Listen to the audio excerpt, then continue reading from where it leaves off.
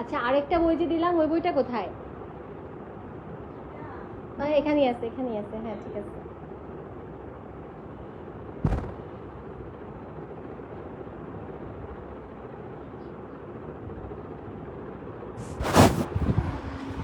দেখেন কি অবস্থা, আকাশের অবস্থা দেখেন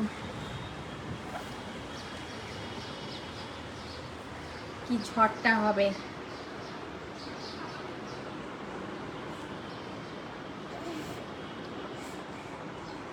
আরেকজনের অবস্থা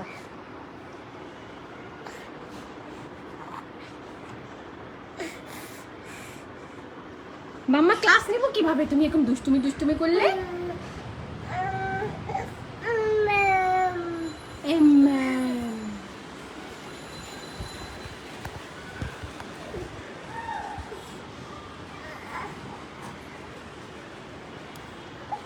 নেট ঝামেলা করবে, স্বাভাবিক। এরকম আকাশে যদি মেঘ থাকে কিভাবে হচ্ছে গিয়ে নেট ঠিক থাকবে?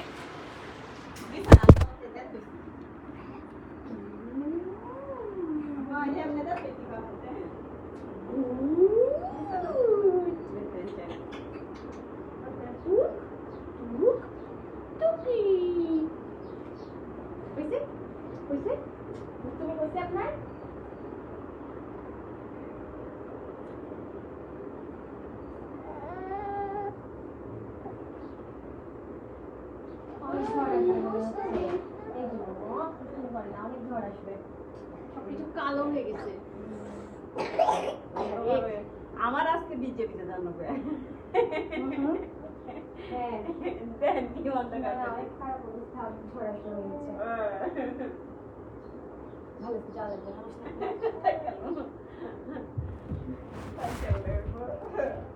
চলো আমরা একটু পড়াটা শেষ করে ফেলি। বিসমিল্লাহির রহমানির রহিম। রব্বি জিদনি ইলমা, রব্বি জিদনি ইলমা, রব্বি জিদনি ইলমা।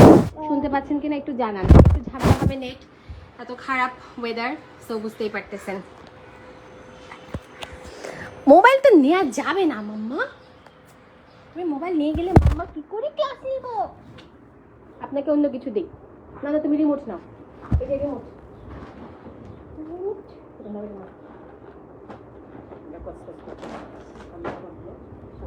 আমার বেশিক্ষণ লাগবে না, অল্প একটু বাকি আছে, তুমি বসে বসে খেলো।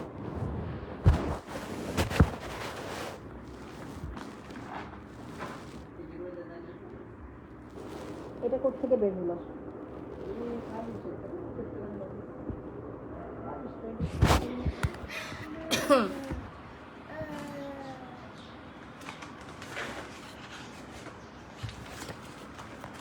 ওকে, চলেন বাকিটা শেষ করি। তো যেটা বলছিলাম, বিসমিল্লাহির রহমানির রহিম, আপনারা শুনতে পান নাই সম্ভবত। গনোরিয়া আর হচ্ছে মানে গনোকক্কাল প্যারাজেনিক অর্গানিজমের কম্পারিজন, তাই তো? আচ্ছা ঠিক আছে। গনোকক্কাসে হচ্ছে এসটিডি, তাই তো? প্যারাজেনিক হচ্ছে এন্ডোজেনাস অর্গানিজম, অর্থাৎ এটা কোনো এসটিডি দিয়ে আসে না, এটা হচ্ছে বডির এন্ডোজেনাসলি থাকে। যেমন মনে করেন ভ্যাজিনার মধ্যেই নর্মাল ফ্লোরা ছিল, কোনো কারণে ডিফেন্স মেকানিজম খারাপ হয়ে সেখান থেকে চলে আসলো, কিংবা ইন্টেস্টাইনাল ইনফেকশন হয়েছে, সেখান থেকে কোনো একটা অর্গানিজম চলে আসলো। এন্ডোজেনাস মানে বডির এক পার্ট থেকে আরেক পার্টে যাবে, সেটা হলো পায়োজেনিক। গনোকক্কালে হচ্ছে দেখা যায় ডিউরিং আর ফলোইং মেনস্ট্রুয়েশনের সাথে একটা সম্পর্ক আছে, ইনফেকশনটা অ্যাকিউটলি প্রেজেন্ট করার। পায়োজেনিকে হচ্ছে অ্যাবর্শন আর চাইল্ড বার্থের সাথে, তাহলে মেনস্ট্রুয়েশনের সঙ্গে সম্পর্ক গনোকক্কাস, অ্যাবর্শন চাইল্ড বার্থের সঙ্গে সম্পর্ক পায়োজেনিকের। গনোকক্কাস গুমার্কা কন্টিনিউটি, আর পায়োজেনিক হচ্ছে লিমফেটিক রুটে পেলভিক সেলুলাইটিস, টিউবাল অ্যাফেকশন, এইভাবে যায়। লিমফেটিক রুটে পায়োজেনিক। গনোকক্কাসে হচ্ছে বায়োলেটারাল অ্যাফেকশন হয়, পায়োজেনিকে ইউনিল্যাটারাল হতে পারে। গনোকক্কাসে হচ্ছে ফিল্মজি অ্যাডিশন হবে, পায়োজেনিকে খুবই বাজে রকম ডেন্স অ্যাডিশন হবে, ঠিক আছে? গনোকক্কাসে ফিল্মজি অ্যাডিশন হলেও ভিতর দিয়ে একদম ধ্বংস হয়ে যাবে, পায়োজেনিকেও ধ্বংস হবে, কিন্তু গনোকক্কাসের ধ্বংসটা একটু বেশি হয়। গনোকক্কাসের পাজ স্টেরাইল হতে 6 মাস লাগে, 6 সপ্তাহ লাগে। পায়োজেনিকের স্টেরাইল হতে অনেক সময় লাগে, 1 বছর বা তার চেয়ে বেশি হতে পারে, ঠিক আছে? গনোকক্কাসে কিন্তু এতটাই সদরঘাট হয়ে যায় ভিতরে, এটা রিপ্রোডাকশন ফাংশন হচ্ছে অ্যাপিয়ার ব্যাক করে না, একটু প্রেগনেন্সির চান্স বেশি থাকে। পায়োজেনিকে হচ্ছে রিপ্রোডাক্টিভ ফাংশন ব্যাক করার চান্স আছে, ওই টিউব দিয়ে নর্মালি একটা বেবি হতেও পারে, ঠিক আছে? এই হলো পার্থক্য।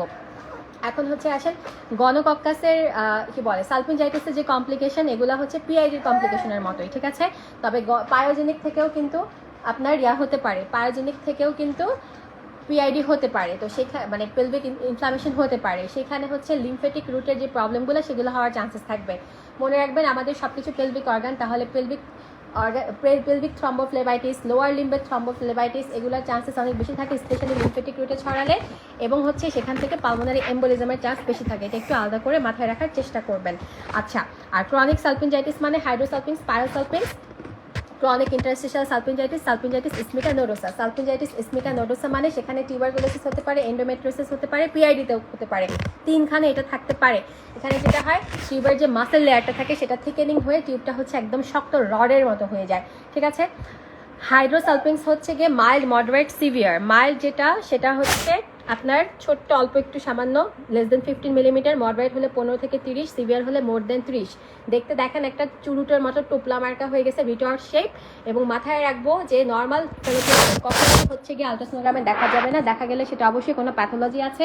নর্মাল ওভারি কখনোই পালপেট করা যায় না, শুকনা একেবারে কাঠি হলে করা যেতে পারে, বাট আদারওয়াইজ ওভারি পালপেবল হলে মাথায় রাখবেন কোনো না কোনো প্যাথোলজি আছে। আলট্রাসোনোগ্রামে টিভিএস করলে আপনি ভালো বুঝতে পারবেন, টিউব অ্যাডনেক্সা এবং কালার ডপলার করে ব্লাড সাপ্লাই ভালো দেখা যায়।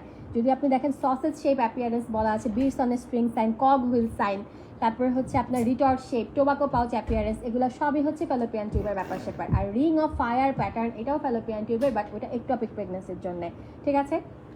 কমপ্লিকেশন হচ্ছে টিউব ওভারিয়ান সিস্ট হতে পারে, অ্যাবসেস হতে পারে, রাপচার হতে পারে, টর্শনও হতে পারে।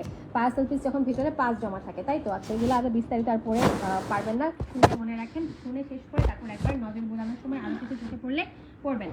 ফ্রোজেন পেলভিস হতে পারে পিআইডিতে, ফ্রোজেন পেলভিস হতে পারে এন্ডোমেট্রিওসিসে, পেলভিক এন্ডোমেট্রিওসিস। এটা মানে হচ্ছে যখন ভয়ঙ্কর অ্যাডিশন হয়ে সব কিছু জটলা বাঁকায় থাকে, তো যদি ফ্রোজেন পেলভিস থাকে তখন আপনি এক্সপেক্ট করবেন সিভিয়ার হাইড্রোসালপিনস আপনি পাবেন, ঠিক আছে। আচ্ছা, উপরাইটিস মানে ওভারিতে হচ্ছে ইনফ্লামেশন। মনে রাখবেন, ওভারি একা একা ইনফেক্টেড হয় না, সবসময় ফ্যালোপিয়ান টিউব নিয়ে হয়, তো টিউব ওভারিয়ান অ্যাবসেস হবে। কি আবার বলে নিতে হবে? আচ্ছা, ঠিক আছে, মনে রাখবেন ওফোরাইটিসে অর্গানিজমের মধ্যে মামসের কথা মাথায় রাখবেন, এটা ব্লাড বোর্ন ইনফেকশন হতে পারে। এছাড়া হচ্ছে আপনার টিবিতেও কিন্তু হতে পারে, ঠিক আছে। তারপর আসেন প্যারামেট্রাইটিস। প্যারামেট্রাইটিস মানে পেলভিক সেলুলার টিস্যু যখন ইনফ্লামড হবে তখন, ঠিক আছে। যেটা ডেলিভারি অ্যাবর্শনের পরে, ধরেন সার্ভিক্স, ভ্যাজাইনা, ভালভা এইসবের ইনফেকশন থেকে, সেখান থেকে ইনফেকশন অ্যাসেন্ডিং রুটে বা ডিসেন্ডিং রুটে যেভাবে হোক ছড়াই হতে পারে। তো সাথে পাশাপাশি ওরকম ইনফেকশনের হিস্ট্রি থাকবে, এবং অবশ্যই এখানে কোনো একটা ডেলিভারি অ্যাবর্শন কিংবা কোনো একটা গাইনোকোলজিক্যাল অপারেশনের হিস্ট্রি থাকবে, হতে পারে সেটা হিস্টেক্টমি কিংবা হচ্ছে আপনার অন্য কোনো অপারেশন, ঠিক আছে। আচ্ছা, প্যাথোলজিতে হচ্ছে অ্যানারোবিক অর্গানিজম দিয়ে কিন্তু এটা বেশি হয়। আচ্ছা, অ্যাকিউট হতে পারে, ক্রনিক হতে পারে, মনে রাখতে পারবেন না, বাদ দেন। টিউব ওভারিয়ান অ্যাবসেসটা একটু মনে রাখেন। টিউব ওভারিয়ান অ্যাবসেস মানে হচ্ছে যখন টিউব ওভারি দুইটাই ইনফেক্টেড হয়ে, পাস ডাস ফর্ম হয়ে, দুইটা মিলে একটা টুকলা হয়ে ইনফেক্টেড হয়ে একটা অ্যাবসেসের মতো ফর্ম হয়ে আছে, ঠিক আছে। আচ্ছা, যে কোনো অ্যাবসেসই মনে রাখবেন, জ্বর আসবে, স্পাইকি রাইজ অফ টেম্পারেচার, এরকম জ্বর আসবে, ঘাম দিয়ে জ্বর ছাড়বে, অর্থাৎ চিলস এন্ড রাইগর থাকবে। এবং হচ্ছে পেলভিক অ্যাবসেস যখন হবে, তার মানে পাউচ অফ ডগলাসের মধ্যে হচ্ছে সেখানে একটা ফার্স্টে কালেকশন জমা হবে, সেখান থেকেই তো হবে, তাই তো। তো পাউচ অফ ডগলাসের পিছনে রেকটাম থাকে, তো হাগুর দলা যেটা বসে থাকবে মানে পাজের দলা, সেটা হচ্ছে পিছনে রেকটামকে ধাক্কা মারবে, রেকটামকে সুরসুরি দিবে, রেকটাম তখন বিরক্ত হয়ে হাগুমুতু সব করবে, অর্থাৎ লুজ মোশন হবে, ঠিক আছে। আচ্ছা, আর এদিকে হচ্ছে কি ব্যথা থাকবে, এই থাকবে, সেই থাকবে, এগুলো তো আপনি বুঝবেই। তাহলে একটা হলো এই বই ছেড়ে না, পেলভিক অ্যাবসেসের হচ্ছে কি কি কজ আছে, হ্যাঁ। একটা হচ্ছে পেলভিক কজ, আর হলো এক্সট্রা পেলভিক কজ। এটা হচ্ছে puerperal sepsis, post abortal sepsis, acute salpingitis. আচ্ছা, এই বাবু তুমি কলি না। আচ্ছা, পেরিটোনাইটিস এগুলো হতে পারে। ইভেন বাচ্চা যখন ডেলিভারি হয়, মেকোনিয়াম স্টেইন লাইকার যখন ভিতরে পড়ে, অথবা মনে করেন আপনি ডাই টেস্ট করছেন, ডাইটা তো ইরিটেড, সেটা যখন আপনার পেলভিক ক্যাভিটিতে পড়ে, হিস্টো সালপিনোগ্রাম করেছেন, সেখানকার ডাই যখন আপনার ভিতরে পড়ে, এগুলো সব কিছুর পরেই কিন্তু এরকম পেলভিক অ্যাবসেস হওয়ার সম্ভাবনা থাকে, ঠিক আছে। সাউন্ড কমে গেলে হেডফোন লাগাই শোনেন, কিচ্ছু করার নাই, ঠিক আছে। সাউন্ড কমে গেলে হেডফোন লাগাই শোনেন। শুনতেই পাচ্ছেন যে বাবু কান্নাকাটি করতেছে, তো ওকে সামলে সামলে ক্লাস নিতে সাউন্ড একটু কম হতেই পারে, তাই না। সো এই জন্য হচ্ছে গিয়ে হেডফোন লাগাই শোনেন, ঠিক আছে। একটু কনসিডার করেন। আপনি সাউন্ড কম বলে এখন আমার পক্ষে মোবাইলের ভিতরে ঢোকাও পসিবল হচ্ছে না, হেডফোন লাগালেও হচ্ছে বাবু কান থেকে নিয়ে যাবে। আচ্ছা, একটু হাঁটান তো, এই যে তোমাকে হাঁটাই না, আমি করতেছি। আসো মামা, আসো।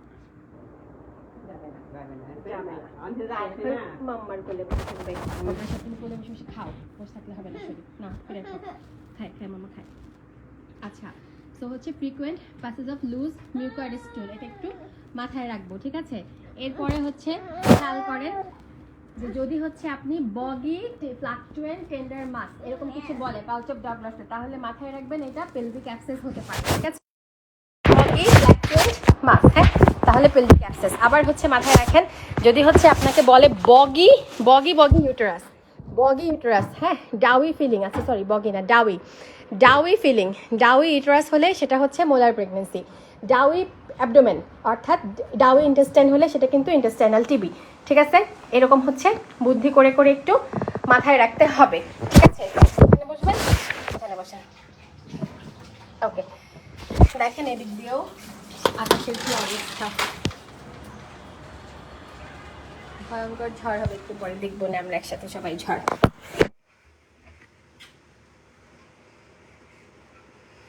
আচ্ছা, এখান থেকে আর কিছু ভাবে আপনার আসলে পরে মনে রাখতে পারবেন না, তবে পেলভিক অ্যাবসেসে মনে রাখবেন যদি ভিতরে কোনো অ্যাবসেস থাকে অবশ্যই সেটা ড্রেন করতে হবে, শুধু অ্যান্টিবায়োটিক দিয়ে কাজ হবে না, ঠিক আছে? তখন ড্রেন কিভাবে করবো, আমরা পোস্টিরিয়র কলপোটমি করতে পারি, যেটা হচ্ছে পাউচ অফ ডগলাসে একটা ছোট্ট ইনসিশন দিয়ে হচ্ছে আমি ড্রেন করে ফেললাম, অথবা হচ্ছে আমাকে পেট কেটে ড্রেন করা লাগতে পারে। এবং যখন হচ্ছে খুব বাজে অবস্থা হয়ে যায় যে একদম আপনার ইনফেক্টিভ ফোকা ইউটেরাস ওভারি ফ্যালোপিয়ান টিউবে থাকে, তখন আপনি যতই পাস ড্রেন করেন আর হচ্ছে অ্যান্টিবায়োটিক দেন লাভ হবে না, তখন কিন্তু ওগুলো ফেলতেও হবে। সো এই জন্য হচ্ছে ডেফিনিট ট্রিটমেন্ট কিন্তু হিস্টেরেক্টমি উইথ সালফিং ওভারেক্টমি, ঠিক আছে? এবার আসেন হচ্ছে সিন্ড্রোমিক ম্যানেজমেন্ট। সিন্ড্রোমিক ম্যানেজমেন্ট হচ্ছে যখন এসটিডি নিয়ে কেউ আপনার কাছে আসবে, প্রথমে সে কিছু সিমটম বলবে, আপনি যদি এখন ইনভেস্টিগেশনের জন্য অপেক্ষা করেন তাহলে সে পালা যাবে, এরপর ইনভেস্টিগেশন করে আসবে না, ট্রিটমেন্টও হবে না। তাই সিন্ড্রোম দেখে আমরা প্রথম থেকেই ট্রিটমেন্ট দিয়ে দিই, তারপর ইনভেস্টিগেশন সাথে দিই, যদি করলে ভালো, না করলেও ভালো। এটা হচ্ছে সিন্ড্রোমিক ট্রিটমেন্ট, ঠিক আছে? সেইটুকু জেনে রাখলেই হবে। তো সেখানে ডিসচার্জ দেখলে আমরা চিন্তা করি কি ডিসচার্জ দেখলে আমরা চিন্তা করি ভ্যাজাইনোসিস, মানে ট্রাইকোমোনিয়াসিস, ব্যাকটেরিয়াল ভ্যাজাইনোসিস, ক্যান্ডিডা, এই তিনটা মেইনলি চিন্তা করি। সার্ভিসাইটিসের ফিচার দেখলে আমরা ক্ল্যামাইডিয়া, গনোরিয়া ভাবি। লোয়ার অ্যাবডোমিনাল পেইন নিয়ে আসলে ক্ল্যামাইডিয়া, গনোরিয়া অথবা অন্য পায়োজেনিক অর্গানিজম ভাবি। আলসার নিয়ে আসলে হার্পিস, শ্যাঙ্ক্রয়েড, সিফিলিস, এগুলো সবার আগে চিন্তা করি। এখন আসেন হচ্ছে পোস্ট অপারেটিভ নেক্রোটাইজিং ফাশাইটিস, খুবই ইম্পর্টেন্ট। এখানে হচ্ছে সার্জিক্যাল সাইট ইনফেকশনে হতে পারে, একদম খাওয়া সাবকিউটিনিয়াস টিস্যু, মাসল সব কিছু খেয়ে ফেলবে, নেক্রোসিস হয়ে মাল্টিপল অর্গানিজম মিলে হয়। E coli, E faecalis, bacteroides, clostridium, peptostreptococcus, staphylococcus, group A, group B streptococcus, সবাই মিলে হচ্ছে করে। এখানে হচ্ছে মনে রাখবেন গ্রে কালার হচ্ছে ডিসচার্জ আসে, গ্রেইশ কালার হচ্ছে ডিসচার্জ, এবং হচ্ছে ওন্ডের নিচে পুটপুট করে, মানে ক্রিপিটাস হয়, ঠিক আছে? এই হলো ব্যাপার। এখানে নেক্রোসিস এবং মায়ো নেক্রোসিস দুইটাই হয়, টিস্যু এক্সটেন্সিভ খুবই খারাপ হয়, এবং এখান থেকে পেশেন্ট কিন্তু মারাও যেতে পারে, ঠিক আছে? আচ্ছা, সো এখানে ব্রড স্পেকট্রাম অ্যান্টিবায়োটিক দিতে হয়। সার্জিক্যাল সাইট ইনফেকশন যে কোনো অপারেশনের 30 দিন 30 ডেজের মধ্যে সার্জিক্যাল সাইট ইনফেকশন হতে পারে, ঠিক আছে? তো আমরা যে অপারেশন করি সেই ওনগুলো কীরকম, clean wound, clean contaminated, dirty. Clean wound যেটা হচ্ছে মনে করেন আপনি একদম প্ল্যান করে একটা সিজার করলেন, সেটা হলে ক্লিন ওন, আর এখানে কোনো অ্যাসেপ্টিক প্রিকশন নষ্ট হয় নাই, এবং খুবই হচ্ছে সুন্দরভাবে ওটি করা হচ্ছে, কোনো ব্লাডার বা হচ্ছে ইন্টেস্টাইনের ভিতরে ঢোকা হয় নাই, এখানে ইনফেকশনের chance less than 5%। Clean contaminated one, এখানে হচ্ছে আপনি প্ল্যান করেই ঢুকছেন, ঠিক আছে? কোনো হচ্ছে মেজর ব্রেকেজ নাই অ্যাসেপ্টিক টেকনিকে, কিন্তু হচ্ছে আপনি ধরেন ইন্টেস্টাইন কেটে ঢুকলেন, অর্থাৎ আপনি কোনো একটা অবস্ট্রাকশনের অপারেশন করতেছেন, ইন্টেস্টাইন আপনাকে কাটাই লাগবে বা ব্লাডার আপনাকে কাটাই লাগলো, ঠিক আছে? এরকম যদি হয় সেটা হচ্ছে আপনার একেবারে স্পিলেজ অফ কন্টেন্ট হবে, সেইটা হচ্ছে ক্লিন কন্টামিনেটেড ওন। আর কন্টামিনেটেড ওন হচ্ছে ধর রোড ট্রাফিক অ্যাক্সিডেন্টের পর আপনার কাছে আসলো, ওখানে স্টেরাইল হচ্ছে টেকনিকেরও ব্রেকেজ আছে, প্লাস হচ্ছে একদম ভিতরে অবস্থা খারাপ। আর ডার্টি ওন মানে হচ্ছে কি আপনার যখন পারফোরেশন নিয়ে আসবে, ভিসেরাল ওন টোন সবই পারফোরেটেড হয়ে অলরেডি এটা একদম ইনফেক্টেড হয়ে অবস্থা খারাপ, ঠিক আছে? এই হলো ব্যাপার। তো এখন এটা হচ্ছে আপনার সিনারিও দিয়ে আসতে পারে, কোনটা কি টাইপের ওন একটু বুঝে উত্তর করতে হবে। এখন আসেন সার্জিক্যাল সাইট ইনফেকশনের সবার কিন্তু হবে না, অ্যানিমিয়া যার থাকবে, বয়স বেশি, একটু হচ্ছে অ্যানিমিয়া যার বেশি, বয়স বেশি, তারপর ব্লাড লস বেশি হয়েছে, ওটি অনেক লম্বা সময় হয়েছে, একটু লো সোশ্যাল মেসেটাস, খাওয়া দাওয়া কম খায়, অ্যানিমিয়া থাকে, ম্যালনিউট্রিশন থাকে, অথবা বড় লোকি বেটি, ওবেসিটি, ভুটকি বেটির চোটে, ফ্যাটের চোটে, খাওয়া কোনো পুষ্টি বডিতে নাই, ডায়াবেটিস আছে, সিগারেট খায়, অথবা হচ্ছে A1C বেশি, তার মানে ব্লাড সুগার কন্ট্রোলে নাই, তার ক্ষেত্রে ইনফেকশনের চান্সেস বেশি থাকে।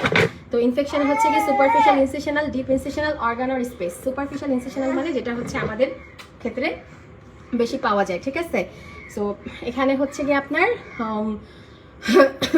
ডিপ ইনসিশনাল কোনটা মনে রাখবেন, যদি হচ্ছে আপনাকে একটা স্পেসিফিক বলে একটা ড্রেন টিউব দেওয়া আছে, তাহলে সেটা কিন্তু অর্গানোর স্পেস হয়ে গেল, ঠিক আছে? আচ্ছা, এই জন্য ব্যাপার মোটামুটি এগুলা জানলেই হবে, এগুলা বেইলি ল্যাবে সুন্দর করে দেওয়া আছে। যাই হোক, হচ্ছে এখন আমরা চ্যাপ্টার 34টা হচ্ছে অলরেডি আপনাদেরকে আমি পেপার 1 এর সঙ্গে বলেছি, তাই এখন বলবো না। এখন আসেন অবস রিলেটেড চ্যাপ্টার 20 থেকে হচ্ছে একটু বলি। বসে বসে মাম্মা বসে মাম্মা বসে বসে বসে বসে মাম্মাটা বসে মাম্মাটা দুষ্টু করে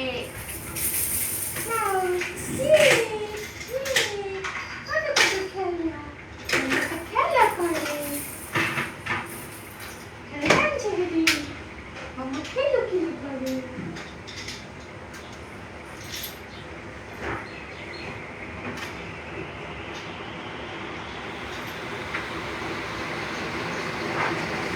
ওকে চ্যাপ্টার 20 রিলেটেড এখন হচ্ছে আসেন ফার্স্টে মাইক্রোবায়োলজি পোর্শনটা শেষ করার চেষ্টা করি বিসমিল্লাহির রহমানির রহিম রব্বি জিদনি ইলমা রব্বি জিদনি ইলমা রব্বি জিদনি ইলমা আচ্ছা চ্যাপ্টার এখানে অন্য চ্যাপ্টারও কিন্তু কিছু কিছু আছে একদম যে নাই তা না মেইনলি চ্যাপ্টার 20টাই আগে বলতে চাচ্ছি এরপরে অন্যগুলো এক নজরে একটানে একটু বলে দেওয়ার চেষ্টা করব ঠিক আছে সো এখানে হচ্ছে ফার্স্টেই দেখেন হার্ট ডিজিজ ইন প্রেগনেন্সিতে এখানে কিন্তু এন্ডোকার্ডাইটিসের কথা বলা আছে তো ইনফেক্টিভ এন্ডোকার্ডাইটিসে কিন্তু ব্যাকটেরিয়াল সম্পর্ক আছে এটা হচ্ছে আপনারা আমি জানি বেসিকের বই থেকে লেন্স থেকে পড়েছেন সবাই সেটা একটু মাথায় রাখবেন যে ইনফেক্টিভ এন্ডোকার্ডাইটিস হতে পারে স্পেশালি দাঁতের চিকিৎসা করতে গিয়ে হতে পারে ঠিক আছে স্ট্রেপ্টোকক্কাস ভিরিডেন্স দিয়ে হয় তাই না আমি তো আগে জেনারেল ব্যাকটেরিওলজি পড়াইলাম সেগুলো হচ্ছে তখন আমি বলছি যারা আগে উল্টো ক্লাস করেছেন তারা আমার ক্লাসে পেয়েছেন করেছেন তারা রাফিজার ক্লাস পেয়েছেন যাই হোক তো এখান থেকে এটা একটু মাথায় রাখবো এটা একটু মুছে দেন এই জায়গাটা যাদের হচ্ছে গিয়ে আপনার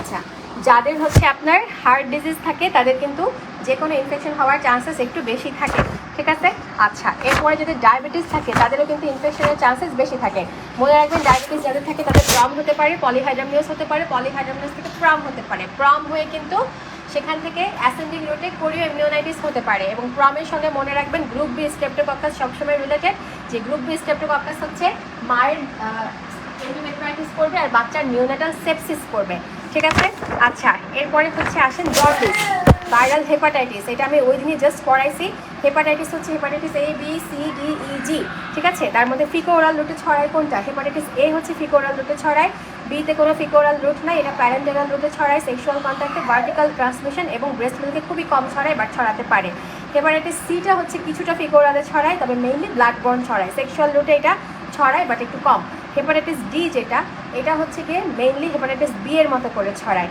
সো পেরিনেটাল ট্রান্সমিশনও ওর আছে হেপাটাইটিস ই যেটা এটা হচ্ছে ফিকো ওরাল যেটা ছড়ায় হেপাটাইটিস এ এর মতো হেপাটাইটিস জি যেটা এটা হচ্ছে গিয়ে সি এর সাথে ছড়ায় তাহলে ফিকো ওরাল রুটে ছড়ায় মেইনলি হেপাটাইটিস এ আর ই ঠিক আছে আচ্ছা এবার হচ্ছে আসেন হেপাটাইটিস এ আপনি কিভাবে ইনভেস্টিগেশন করবেন ইমিউনোগ্লোবুলিন এম অ্যান্টিবডি দেখে হেপাটাইটিস বিতে হচ্ছে আমরা কিন্তু ইমিউনোগ্লোবুলিন ফার্স্টে দেখি না আমরা ফার্স্টে এইচবিএস এজি দেখি ওটা পজিটিভ আসলে এইচবিই এজি এইচবিসি এজি করি সবগুলো পজিটিভ আসলে তখন আমরা বলি সেটা হচ্ছে ক্রনিক ক্যারিয়ার ঠিক আছে আর এছাড়া যদি আপনাকে অন্য টেস্ট মানে অ্যান্টিবডি যদি দেখতে হয় তখন হচ্ছে আমরা অ্যান্টি এইচবিসি অ্যান্টিবডি টাইটারটা দেখি ঠিক আছে অন্যগুলো অ্যান্টি মানে এইচবিসি যেটা ওটার অ্যান্টিবডি দেখি আর হেপাটাইটিস বি এর টেস্টগুলো একটু মাল্টিপল অন্যরকম আর hepatitis A C D G E এগুলো সবগুলোই মনে রাখবেন ইমিউনোগ্লোবুলিন দেখবো খালি ঠিক আছে জি দেখবো এম দেখবো এভাবে সহজে মনে রাখতে পারেন আচ্ছা হেপাটাইটিস এ পেরিনেটাল ট্রান্সমিশন হয় না খুবই কম বি এর পেরিনেটাল ট্রান্সমিশন সবচেয়ে বেশি সি এর পেরিনেটাল ট্রান্সমিশন কিন্তু হয় না ডি হচ্ছে বি এর মতো হতে পারে ই এরও পেরিনেটাল ট্রান্সমিশন ভাবে হয় না ঠিক আছে তাহলে পেরিনেটাল ট্রান্সমিশন হয় কার পেরিনেটাল ট্রান্সমিশন হয় হচ্ছে এ আর জি এই দুটার হচ্ছে মেইনলি হয় ঠিক আছে আচ্ছা ক্যারিয়ার স্টেট কার আছে ক্যারিয়ার স্টেট শুধু বি আর সি এর আছে আর কারো ক্যারিয়ার স্টেট কিন্তু নাই ডি ডিফেক্টিভ ভাইরাস বি এর সঙ্গে থাকে আর জি হচ্ছে সি এর সঙ্গে থাকে একা একা ওরা থাকতে পারে না সবগুলারই ভ্যাকসিন আছে কি হেপাটাইটিস এ বি এই দুটার ভ্যাকসিন আছে বাকিগুলোর ভ্যাকসিন নাই তবে ডি এর মানে হেপাটাইটিস ডি হচ্ছে গিয়ে কিছুটা বি এর ভ্যাকসিন দিয়ে কাভার হয়ে যায় আবার ই হচ্ছে এ এর ভ্যাকসিন দিয়ে কিছুটা কাভার হয়ে যায় ঠিক আছে আর আরেকটা হচ্ছে আছে কি যেন নাম টুইন রিস্ক সম্ভবত নাম সেটা হচ্ছে গিয়ে আপনার হেপাটাইটিস এ আর বি দুইটা হচ্ছে ভ্যাকসিন একত্রে হচ্ছে সেখানে থাকে ঠিক আছে আনকমন করতে চাইলে দিতে পারে আচ্ছা এখন তো হচ্ছে আমি আসলে মাইক্রো এখন পড়াইনি আগে পড়াইছিলাম একটু একটু যা মনে আছে সেটা বলতেছি আচ্ছা এরপরে হচ্ছে আসেন আপনার দেখি নেক্সট ব্যাচে ইনশাল্লাহ আবার চেষ্টা করবো মাইক্রো পড়াইতে এবার তো সময় হয়নি আচ্ছা যাই হোক এরপরে হচ্ছে আসি নাম কি এটার নেক্সট হচ্ছে কোনটা হলো হেপাটোসেলুলার কার্সিনোমা করতে পারে যেটার ক্রনিক ক্যারিয়ার স্টেট আছে সেটাই পারে তাহলে বি আর সি পারে এখন হচ্ছে আসেন বাচ্চাতে কোনো কনজেনিটাল অ্যানোমালি করে কিনা, টেরাটোজেনিসিটি করে কিনা। না, বাচ্চাতে কোনো টেরাটোজেনিসিটি করে না। তাহলে কেন আমরা ভীত কারণ হচ্ছে প্রেগনেন্সিতে হেপাটাইটিস হলে বি আর সি যদি হয়, বাচ্চার মধ্যে যদি যায়, মানে বিটা তো যায়, সেক্ষেত্রে দেখা যাবে বাচ্চার পরবর্তীতে ক্রনিক ক্যারিয়ার হতে পারে, মানে ভবিষ্যতে হেপাটোসেলুলার ক্যান্সার হতে পারে। আর এ আর ই বি অন্যগুলো অ্যাফেক্টেড হওয়া মানে কি, বাচ্চা মা একটা স্ট্রেসফুল কন্ডিশনে থাকবে, সো বাচ্চারা মানে আইউজিআর ফ্রম আইউডি এগুলো হয়ে যেতে পারে। আর সবচেয়ে ইম্পর্টেন্ট কোনটা, ফালমিনেন্ট হেপাটাইটিস করে। ফালমিনেন্ট হেপাটাইটিস করে কিন্তু সবচেয়ে বেশি হেপাটাইটিস ই, ঠিক আছে। মর্টালিটি বেশি সবচেয়ে কোনটা, যেটা ফালমিনেন্ট হেপাটাইটিস করে সেটার মর্টালিটি সবচেয়ে বেশি, তার মানে ই এর মর্টালিটি সবচেয়ে বেশি, ঠিক আছে। এইভাবে বুদ্ধি করে একটু পড়ার চেষ্টা করতে হবে এবং এগুলো অবশ্যই লেন্স থেকে একটু দেখে নেওয়া উচিত হবে, ঠিক আছে। আচ্ছা, ডায়ালাইসিস যারা করে বা হচ্ছে ড্রাগ অ্যাবিউজ করে, মাল্টিপল ব্লাড ট্রান্সফিউশন লাগে, তাদের হচ্ছে কোনটা বেশি হবে, হেপাটাইটিস বি আর সি বেশি হবে। যেমন তারপর যদি আপনাকে জিজ্ঞেস করে যার হচ্ছে আপনার থ্যালাসেমিয়া আছে, থ্যালাসেমিয়া মেজর, তার কোনটা বেশি হবে। থ্যালাসেমিয়া মেজর মানে তাকে ছোটোবেলা থেকে বারে বারে ব্লাড ট্রান্সফিউশন দিতে হয়, তাই না। তো তার ক্ষেত্রে অবশ্যই হচ্ছে হেপাটাইটিস বি সি হওয়ার সম্ভাবনা বেশি থাকবে। সবচেয়ে কমন কোনটা, হেপাটাইটিস এ বি এগুলা, হ্যাঁ। আর এ বি বাদে নেক্সট সবচেয়ে কমন কোনটা, এ বি বাদে নেক্সট কমন হচ্ছে হেপাটাইটিস সি, ঠিক আছে। আচ্ছা, সেইভাবে একটু বুদ্ধি করে করে আমাদের উত্তর করাটা উচিত হবে, ঠিক আছে। আচ্ছা, এরপরে হচ্ছে আসেন আপনি ব্লাড ডোনার, মানে তারপরে ব্লাড, শুধু ব্লাড না, donor breast milk, donor sperm, ঠিক আছে, ডোনার ওভাম, ডোনার এমব্রায়ো, এগুলো সব কিছুই কিন্তু স্ক্রিনিং করতে হবে, কারণ সবগুলোর থেকেই হচ্ছে আপনার হতে পারে, ঠিক আছে, ছড়াতে পারে। তো সবগুলোই হচ্ছে আমাকে স্ক্রিনিং করতে হবে, ঠিক আছে। আচ্ছা, এরপরে হচ্ছে আসেন ভ্যাকসিনের ব্যাপারটা। ভ্যাকসিন যেগুলো আছে সব এগুলো দেওয়া যাবে, কেন, বিকজ এগুলো কিল্ড ভ্যাকসিন। লাইভ ভ্যাকসিন প্রেগনেন্সিতে দেওয়া যাবে না, কিল্ড ভ্যাকসিনগুলো আরাম করেই দেওয়া যাবে, ঠিক আছে। আচ্ছা, এরপরে হচ্ছে খেয়াল করবেন recombinant DNA vaccine, sub unit vaccine, এগুলো দেওয়া যাবে কিনা। মনে রাখবো কিল্ড ছাড়া, লাইভ ছাড়া বাকি সব ভ্যাকসিনই প্রেগনেন্সিতে দেওয়া যায়, সেগুলো অনেক কনফিউজ আমরা হব না, ঠিক আছে। আচ্ছা, দাঁড়াও, শেষ, আর একটু আছে মাম্মা, অল্প। আচ্ছা, যদি হচ্ছে আপনি এক্সপোজ হয়ে যান তখন কি করবেন, তখন হচ্ছে আপনাকে ইমিউনোগ্লোবুলিন দিতে হবে, শুধু ভ্যাকসিন দিলে হবে না। যদি হচ্ছে আপনাকে জিজ্ঞেস করে যে হেপাটাইটিস বি বাচ্চা, ওরে বাবারে কি রাগ দেখাচ্ছে, হেপাটাইটিস বি হচ্ছে মায়ের একটা বাচ্চা হলো, সেই বাচ্চাকে আপনার ইমিডিয়েটলি কি করতে হবে, মনে রাখবেন আমরা কিন্তু সবখানে ইমিডিয়েট কর্ড ক্ল্যাম্পিং করি, ঠিক আছে।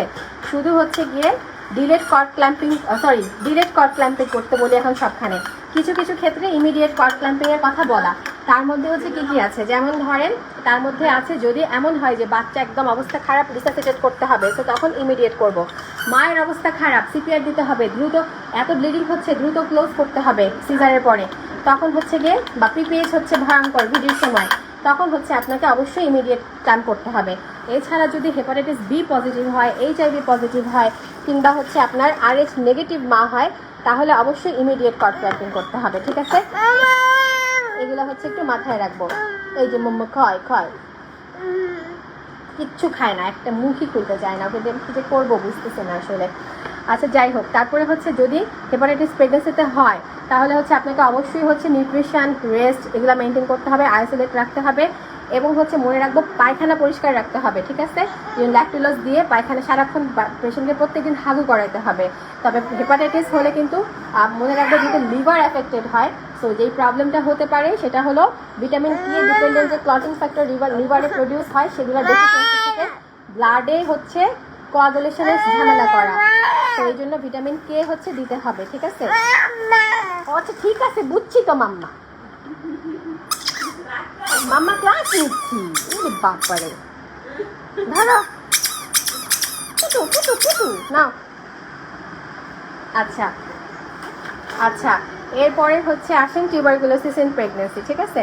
টিউবারকুলোসিস হচ্ছে কাকে দেওয়া হয় আমরা জানি, মাইকোব্যাকটেরিয়াম টিউবারকুলোসিস দিয়ে, তাই না। গাইনি বই যেটা পড়েছেন সেটাই পড়লে হবে, অস বই থেকে বেশি কিছু পড়া লাগবে না। তবে হচ্ছে মনে রাখবো যে কি মোমো, আচ্ছা, সেটা হলো কয়েকটা কথা, যে প্রেগনেন্সিতে কিন্তু টিউবারকুলিন টেস্ট হচ্ছে একটু বেশি মানে পজিটিভ আসে, এইচআইভি পজিটিভের ক্ষেত্রে আরও বেশি আসে, এবং হচ্ছে মাথায় রাখবেন কনজেনিটাল টিবি কিন্তু হতে পারে, ঠিক আছে।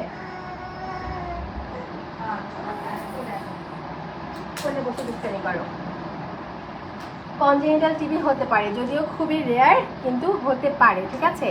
তো মনে রাখবেন কিভাবে আপনি বুঝবেন কনজেনিটাল টিবি হয়েছে, বাচ্চার দেখা যাবে একদম হচ্ছে জন্মের সাথে সাথে না, জন্মের 1 সপ্তাহের মধ্যে হচ্ছে কিছু র্যাশ হবে গায়ের মধ্যে, ঠিক আছে? এবং হচ্ছে র্যাশ হবে বলতে মানে হচ্ছে জ্বরের মধ্যে যেমন হালকা র্যাশ থাকে ওরকম, তার সঙ্গে হচ্ছে বাচ্চার টিবির মতো লিশন থাকবে এবং বাচ্চার হচ্ছে লিভারে গ্র্যানুলোমা পাওয়া যাবে।